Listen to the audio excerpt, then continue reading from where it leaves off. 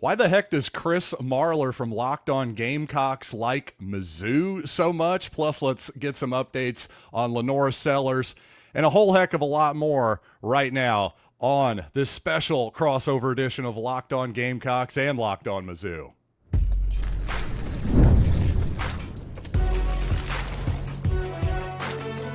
You are Locked On College Crossover, part of the Locked On Podcast Network. Your team every day. Oh, hey, everybody. It is John Miller and Chris Marler here with should be a super fun edition of a crossover here on Locked On Mizzou and Locked On Gamecocks.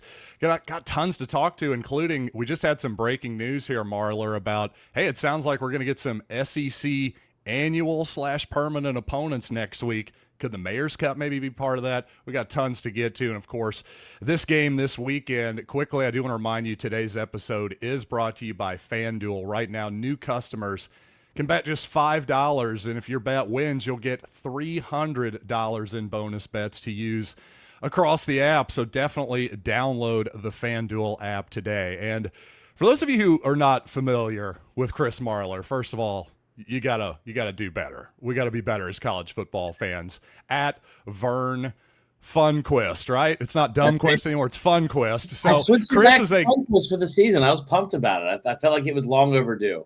I love it. First of all, love his content over there. Also, he's now a new Baton Rouge resident over at LouisianaSports.net, covering the SEC, covering LSU as well. So he's all over the place.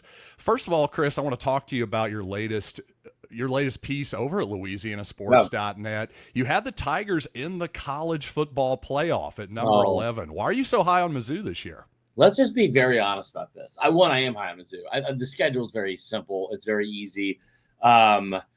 It's not like I like them going into the season. I thought Bo Pribula, from a production standpoint, didn't have a ton to replace from Brady Cook. Love the additions they have with Kevin Coleman as the SEC's leading receiver that was returning. He's done well to start this year. And the big thing was Ahmad Hardy. People forget about with Mizzou. Mizzou's had a top 4 running back in terms of yards, total rushing yards in the conference in each of the last, I think, 4 of the last 5 seasons, or maybe it was all 4 of the last season since Drake's been there. And including a couple of years where they've had the leading rusher in the SEC. So I felt like with the scheme, all that kind of stuff, and what they were placing, and then also on defense, they were bringing in all these people that I thought were not just they just weren't being talked about enough. Now it's really early, and if we're being honest, that's my least favorite piece to do every week. Like I get ridiculed for the stuff about like power rankings, quarterback rankings. I'm a total idiot. You don't know what you're talking about, and it's like the least rewarding thing. The thing with the bowl projections is it's still early. There's so many teams that are 3-0 in this conference. There's so many teams that are going to be bowl eligible as of today. So I'm just sitting there and I'm like, I don't even know which bowls to put these people in. Because right now you can make the case for 14 teams. I think Florida and Kentucky are going to be out. But Mizzou, they have a strong case. That's a very long-winded answer to what you asked. Well, that's okay. We're all for long-winded here on the Locked On Podcast Network, quite honestly. But, I was just very curious just in general about Mizzou. I totally agree. Like having to pick 12 at this point in the season, any bowl projections, we're in week 3, and yet that is kind of the nature of the beast. We're 25% of the way through the season already. And you know what? Let's move to LaNorris Sellers here. There's been quite a bit of news on him. He's officially listed as questionable for the game. We saw Pete Thamel with a report out saying there's optimism around LaNorris Sellers playing. What's your take on the whole thing, Chris? He has to play to have a chance to win this game. That's nothing about against Luke Doty. It's just more so about how good I think Missouri is. I'm hoping there's some gamesmanship here. Remember last year you had Drinkwitz putting Brady Cook was he questionable or was he doubtful for this game up until like the last minute? That was true. I didn't think Cook was going to play at least until the last couple days or so was my memory. Yeah. When he took the field, I was kind of like, I remember vividly Tom Hart doing the game and him coming on the field. He had the helmet on and he was warming up before they about to kick off. And I was like, this kid's not going to play, is he? And it was one of the best games of the year. I think the most underrated SEC game of the year for sure, but it was one of the best games that we saw all year, especially from a South Carolina standpoint, the way it ended. I don't get the feeling he's fully healthy. And I worry the risk of playing him because I feel like you have a win next week and then you get the bye. It's a concern. I don't know the right decision. I also am not in those four walls in the building to know what they're going to do. Shane Beamer was like very, very what's the best way to put it? He was like very perturbed, maybe. Like he sounded a little frustrated on the Wednesday teleconference. But he brought up, he's like, if you don't practice Tuesday and Wednesday, you don't play those games for us. And he did practice Wednesday. I don't know what capacity, but we shall see.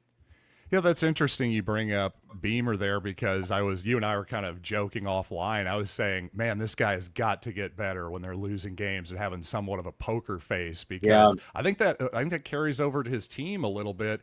And, that does kind of make me wonder a little bit. Beamer, a guy who does tend to show his emotions on his sleeve for sure. What do you think about the line of this game? 10.5 last I checked over at FanDuel, and that's with it looking more optimistic that Sellers is going to play.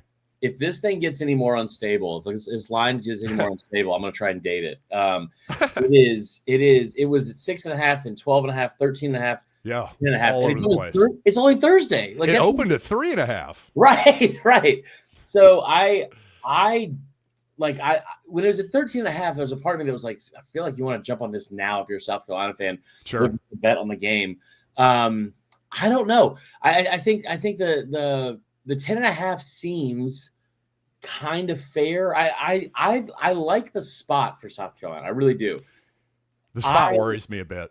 It should. And I'm not saying that to be rude to Mizzou, but like this is a crossover episode, so I'm going to also talk to my audience as well. And I'll tell you that like, I do like Mizzou a lot. I really like South Carolina still a lot. And I love the fact that like what Beamer said on Monday, which was we've kind of been here before. Like all the negativity last year, all the stuff that everyone said last year about how, well, they struggled so much with Dow Loggins as the OC and like how are they going to replace like all this different stuff in the offseason.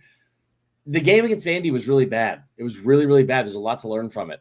I just get the feeling that especially if LaNorris plays, like he went in that game 6 of 7, 94 yards. Like I don't know how it plays out if he's fully healthy, but I just still feel like there's way too much talent on this roster for them to be bad. And that doesn't mean they'll win this game because Mizzou is really good, but I do think it's gonna be a lot closer than people think. Yeah, my day job, Marler, I'm a bit of a stock trader, that kind of thing. So to me, if I'm looking to buy a beaten down asset a little bit, to me, it's South Carolina. This is probably about as low as their stock is going to be all on the season. This is a talented roster. LaNorris Sellers likely to play most of the season, if not this week. Like you say, there's a bye week coming. So that makes a ton of sense to me. I'm really high on Missouri, but, a lot of projections have maybe South Carolina's performing as the worst team in the SEC so far. I tried to make some headlines on that a couple of days ago, but the truth is it's sort of like that Missouri schedule, which looks a little better now, but beginning of the season was projected to be last in the SEC. But being last in the SEC, especially in this particular season, doesn't mean you're horrible, obviously. So Missouri obviously needs to be ready for a ball game in this one. There's no question about that. I think you're right. I think the other part too is I think there's more parity in the league this year than people are. I agree. I think there's a bit of it too where it's like this idea that, oh man, look at all these guys we talk so much about: Lagway, Nussmeier, Sellers, Arch, like. I'm a little frustrated with reading that narrative from different people, not because it's not necessarily untrue through 3 games. It's not like Sellers has lit the world on fire through 3 games or anything like that. Like Bo Pribula has been arguably the best quarterback in the SEC, arguably. Taylor Green's been great. But I also look at that and people wanting to dunk on these four players. I get frustrated personally about those Sellers things. It's like, no, a lot of y'all were talking about Lagway, and a lot of y'all were talking about Arch Manning. Like, we've seen this before with Nussmeier performing and Sellers performing. We hadn't seen it with those guys. And it's a slow start, but I think that, it is a very tough league. And I think you and I talked about this during one of the squad shows. You look at Oklahoma, and there was that thing a couple weeks ago. It's like, man, Oklahoma's got 9 games, and 8 in the SEC. 8 of them are against ranked teams. Same thing for Bama. Same thing for, I think, Oklahoma, South Carolina. Arkansas is up there. Like there's just not a lot of easing up on the schedule for anybody this year. Yeah, no doubt about that. And speaking of the schedule, since you brought it up, Marler, We had some news here in the last few hours or so. It looks like next Tuesday we're going to find out who everyone in the SEC's permanent/annual, depending on the language you want to use. I think Greg Sankey prefers annual, and I'll explain that here in a little bit. We're going to talk about if maybe the Mayor's Cup might be a part of both teams' future here going forward. Before I want to do that, though, let's talk about DoorDash because it is almost the weekend. It's time to look back and crown this week's MVP on Who Delivered, powered by DoorDash. Just like you can win every Saturday with DoorDash Streaks, saving more every time you order. Well, these players delivered when it mattered most. And I'll just say from the Missouri perspective, hard to argue against those Missouri running backs right now. Not just Ahmad Hardy, who's the favorite for the Doak Walker right now. Jamal Roberts has been great. Heck, Marquise Davis was really impressive in the fourth quarter last week. And just like those running backs delivered for Missouri, DoorDash delivers for your Saturdays. With DoorDash Streaks, you save every Saturday you order, stack it up all season long, and you could save up to $250, including $100 in DoorDash credits. Order this Saturday. Keep the streak alive. Fuel your game day only with DoorDash. Terms apply, period, through November 18th. And also, well, we were talking about the line over at the Missouri-South Carolina game. The NFL season is, of course, here too, and FanDuel is making sure you're ready for kickoff with a can't-miss offer. Right now, new customers can bet just $5, and if your bet wins, you'll get $300 in bonus bets to use across the app. And I got to say, I don't have a huge lean on this game either way or the total at the moment, but I'll just say this. If you're going to get $300 in bonus bets, use them wisely. Let's make it last. Go like 5 to 10 on every one. Let's not spend it all in one place, as our grandma used to say, that type of deal. So no. Got a bankroll management. That's what I'm all about here on the Locked On Mizzou podcast. So with all that being said, if you're ready to play, download the FanDuel app now by visiting FanDuel.com to get started. That is FanDuel.com to place your first $5 bet. All right, Marler, let's talk about it. Annual opponents, Missouri, South Carolina. You think there's a chance it happens? This is one that I thought from the get-go they were going to keep. Now, that could be wrong. I've seen stuff all over the place. I think that South Carolina is going to get Georgia. I think Florida. You're going to get Georgia, I think, because you've played them the most. Okay. And like the regional part of it, but also, Georgia's not going to stop playing Auburn. They're not going to stop playing Florida. I think South Carolina is a likely third for them because they have played. When you look at the history of South Carolina, they have played them more than any other team. Then you look at the next two, and it's Florida and Tennessee, obviously an old SEC East rivalry. I think you get one of those. Personally, I think it's going to be Florida because the storyline's attached to it with Spurrier and all that kind of stuff down in the future. They played some good games there. I think the last one is you're going to get either Kentucky or Mizzou, and I think it's Mizzou because the stuff that they're trying to attach to some of these teams, like Mizzou and Arkansas, where they're trying to give them more Southwest Conference ties. Arkansas, A&M, Texas, and I've seen like LSU as well as a potential three teams for them. Some of this is going to be so imbalanced. I think this makes the most sense, at least from South Carolina's standpoint. I mean, from a Mizzou guy, like who were you thinking? I think Oklahoma is a natural choice for sure. Who else do you think? I think the first two are pretty obvious. I'd be stunned if it weren't Oklahoma and Arkansas. Yeah. Of course, that Arkansas game's been going, I think, now since 2014, I believe, the first 2 years. So, I mean, it's a trophy game. It hasn't been, it hasn't been the most competitive on the score. Missouri's dominated the series so far. There have been some close games, though, and some entertaining games. I just think the SEC, especially with Missouri being relatively far from everybody else, I think they want to keep a regional rivalry going there, and I think the Oklahoma thing, that factors in. Of course, all the history from the Big 8 and the Big 12, too. That third team is a real question, and, at first I was thinking maybe it would be Vanderbilt. Again, proximity factors in there. That was, I think, what Missouri's athletic department kind of preferred initially.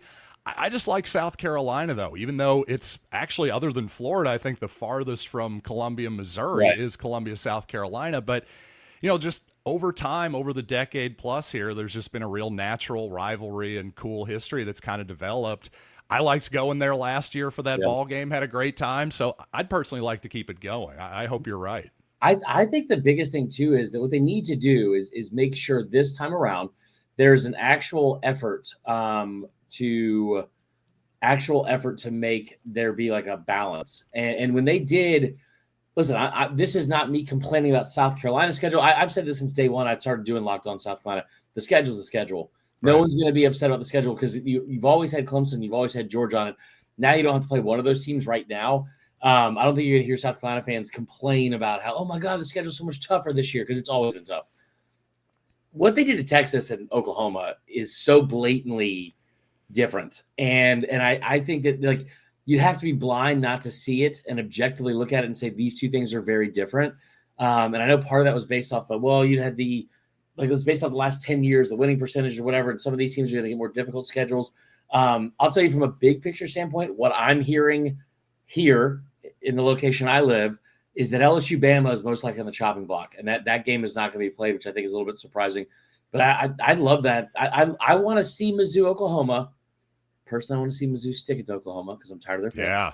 Yeah. Let's go. And I want to see this game because it's not just been like it hasn't really, I don't feel like it's been super one-sided. I know Drink has had their number last several years, but like it's been competitive games, and that's what I want to see.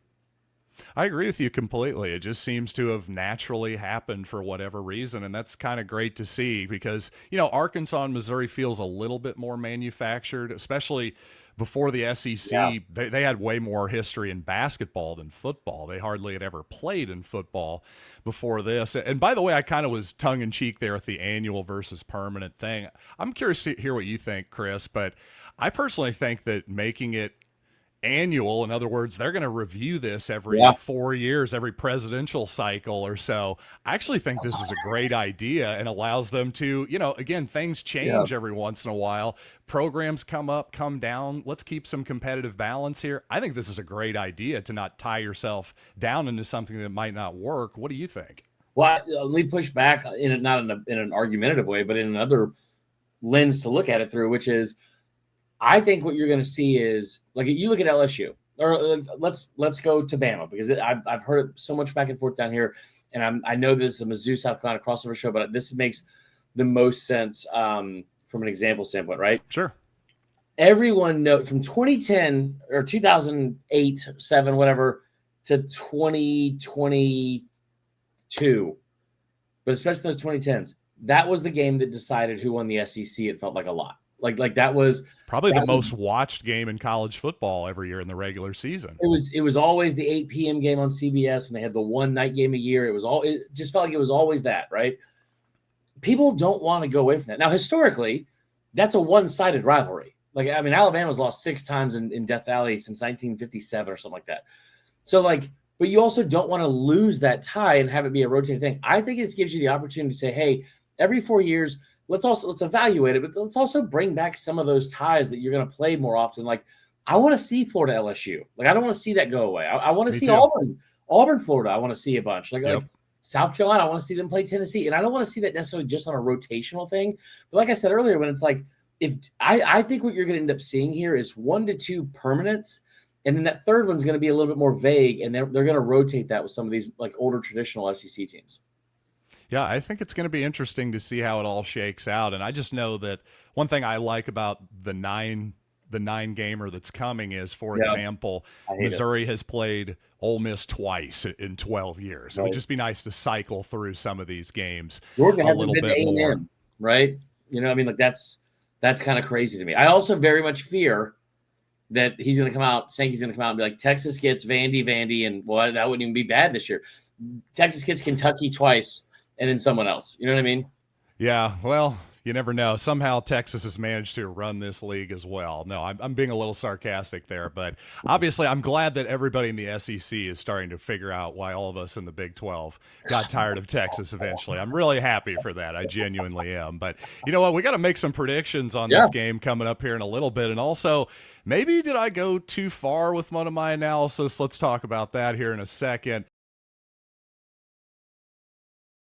But first, Mazda crafts cars for those who do more than simply move. And from footwork to breath work, athletes sweat all the details. Mazda brings the same intention in how we craft every model. You can make everyday drives feel like anything but, from smooth handling to intuitive controls.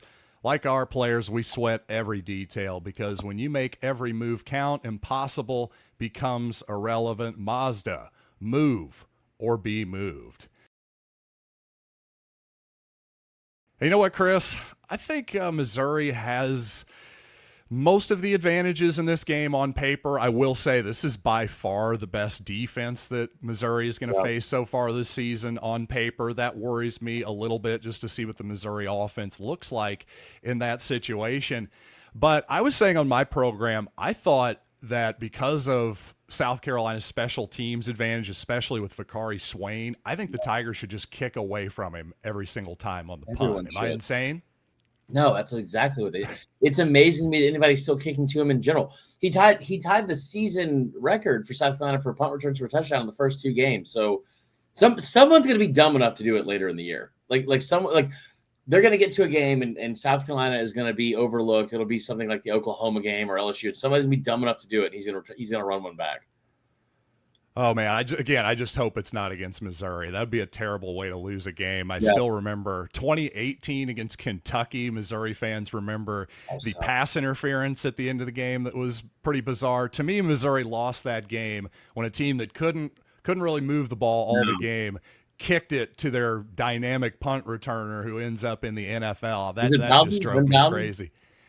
Yes, that is who it was. Thank you I was like, that name was at the tip of my tongue. That's exactly who it was. Thank you very much. Good call by the great Chris Marler, as usual. But you know what? Let's get to some predictions. What do you think? How's this game going to play out, Chris? I'm nervous, and I don't love it. I try to tell my audience this all the time, and they know at this point. Like I'm trying to be as objective as possible, and not just.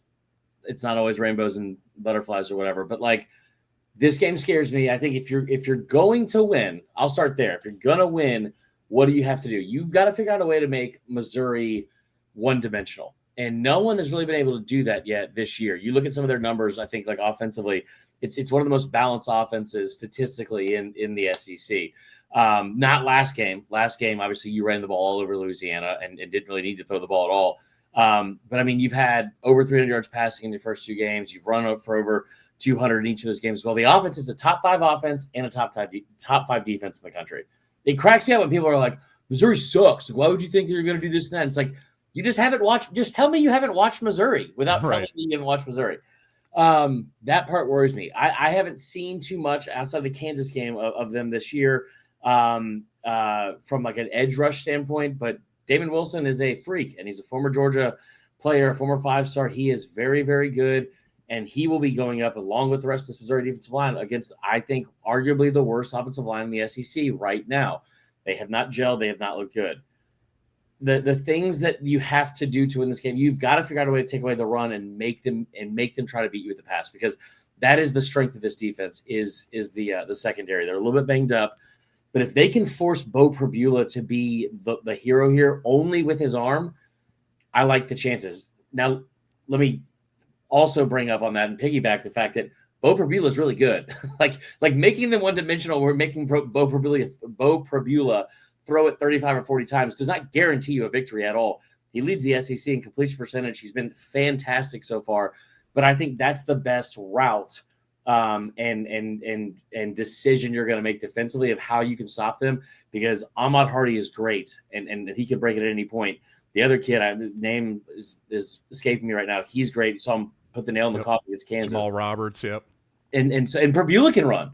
Yes. And so I just think you have to make sure you take away their legs, not violently. But you know what I mean? Like, I know what you mean. Yes, take away the run game, of course. Well, if they are going to take away the run game, how do you think they're going to do it? Just schematically, is it one of those things where, or just force Missouri to throw? Do you think they play jam coverage? Do you put an extra guy in the box? Because the trend has been, hey, let's play 2 deep and make people march the football in college football this season.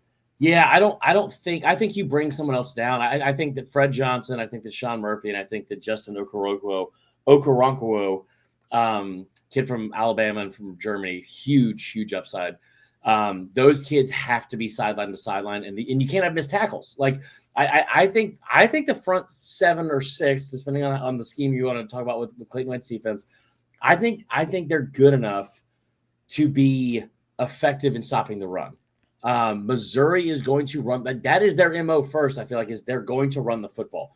They throw it really well, but Eli Drinkowitz, it's like a misguided idea, just like Josh Heupel's offense for some reason, where it's like people think this whole thing's predicated on deep ball just because they had Theo Weiss and Luther Burden, and that's not the case. Like they want to effectively run the football. So if you can take that out and try to make them play as left-handed as possible, I like those odds better. Yeah, that makes all the sense in the world for sure. And yeah, to that idea of making them play left-handed for sure. And your thing about Drinkwitz too, you're totally right. He wants to establish the run. He wants to establish that outside zone. He's kind of like a little bit like Kyle Shanahan in that way, in that everything kind of branches off of that. If you get that play going, it's probably going to be a long day for your defense, to be sure. He's like Shanahan in the way that he wants to establish the run until it's time to run the clock out and win a Super Bowl, and then ruin your city's hopes and dreams for however long, because that's what happened to us in Atlanta under Shanahan. I'm understood. Yeah. Now the thing is, Drinkwitz tends to run the clock heavily, so he has some other weird clock management snafus. But you know what? I'll just say how I think this game is going to play out. I think that Missouri's going to win, but I think it's going to be closer than what maybe people are expecting. In fact, it might be really close. I just, at the beginning of the week, I thought, this is really feeling like Missouri, a spot for Missouri to get a significant, big blowout type victory here. But even with Sellers being a little bit questionable and literally questionable on the injury report, it just seems like this is one of those spots where everything points toward Missouri. And as a longtime gambler, and again, a guy who likes to buy low and sell high, something tells me it's just not going to be that easy. But at home, SEC night game, I'm going to lean towards what seems like the better team fairly significantly on paper. Yeah, I guess I can't argue it, but I want to so bad. But I feel like the argument is not going to be rooted in logic, and I don't want to live there. Hold on, I'm trying to pull something up real quick in terms of a betting thing that we just talked about. So bear with me. This is great radio. We're in real time here, so no better time than looking up than right now. I'm kind of with you. The line 10.5 feels somewhat correct. Like I think it'll be around 10 points. I really do. I hope it's not. But I see this playing out in a way that's similar to Kansas in terms of if you're South Carolina, you got to start pulling out some stops early. You got to hope that your defense and special teams keeps you in it. If LaNorris is out, if LaNorris is in, that is an equalizer. He is the ultimate equalizer in all of college football. Like I firmly believe that. I think the big thing for me is you look at the best bet maybe is Missouri -2.5 in the third quarter. Missouri -6 in the second half. Like I think they pull away late in this game, and I think it's a battle like we saw last year, maybe in the fourth. We see that in the first half, and then Mizzou is just a little bit deeper, and they're at home, and they're able to pull it out. So I'm kind of thinking this is like a Mizzou 28-20 type game. I don't know if I trust South Carolina enough to score more than 17 points because we haven't seen him do it under Mike Shula yet. And now I'm going to get all pissed as soon as I realize that, and I said it out loud. So I'm with you on the road at night. There's a lot of things that I can talk myself into this. Shane Beamer's 3-1 on the road last year, only lost 2-point loss to Alabama. But this Missouri team, I think, is much better than people think. And I'll give you a hot take here, John, that you're not going to like, but you'll agree with. When Missouri, if Missouri beats South Carolina on Saturday, people still aren't going to think that they're as good as they are because that's the nature of Missouri football. And for whatever reason, people love cliches and low-hanging fruit jokes more than they like to be objective about this program, and I don't get it.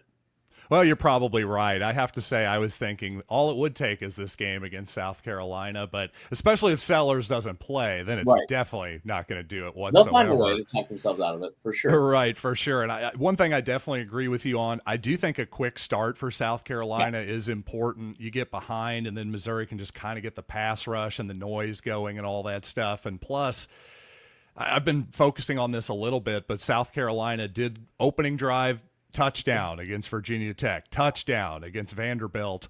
After those scripted drives, though, hasn't looked so hot. So I think they really need to get off to a good start. Here's the thing, John. Brent Pry is just so good at Virginia Tech. He clearly made some in-game adjustments.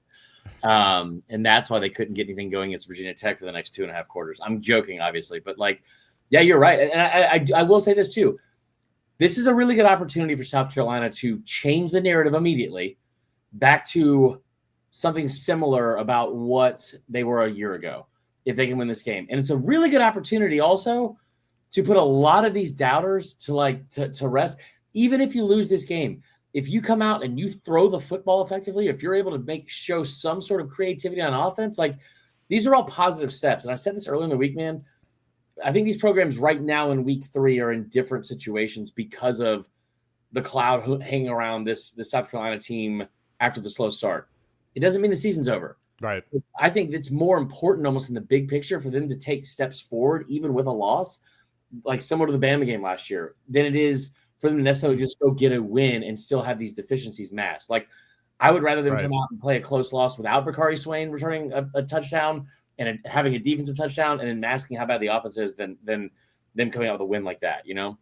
That's probably stupid. I'd rather them win. No, actually, I think that's a really smart way to look at it. At least if you're worried about the rest of the season and not just this week, that is, to me, the smart way to look at it. And by the way, of course, the smart way to follow the South Carolina Gamecocks is by following Locked On Gamecocks on YouTube, wherever you listen to podcasts. Locked On Mizzou, same deal. And by the way, another big moment for this network. We've got a big-time show on, Fire TV. We're talking two-time AP Coach of the Year, Gary Patterson, Jesse Holly, our bevy of Locked On experts, a college football preview that only we can do. So catch college football kickoff every Thursday throughout the season, only on Fire TV. And for Chris Marler, I'm John Miller. This has been a crossover edition of Locked On Mizzou and Locked On Gamecocks.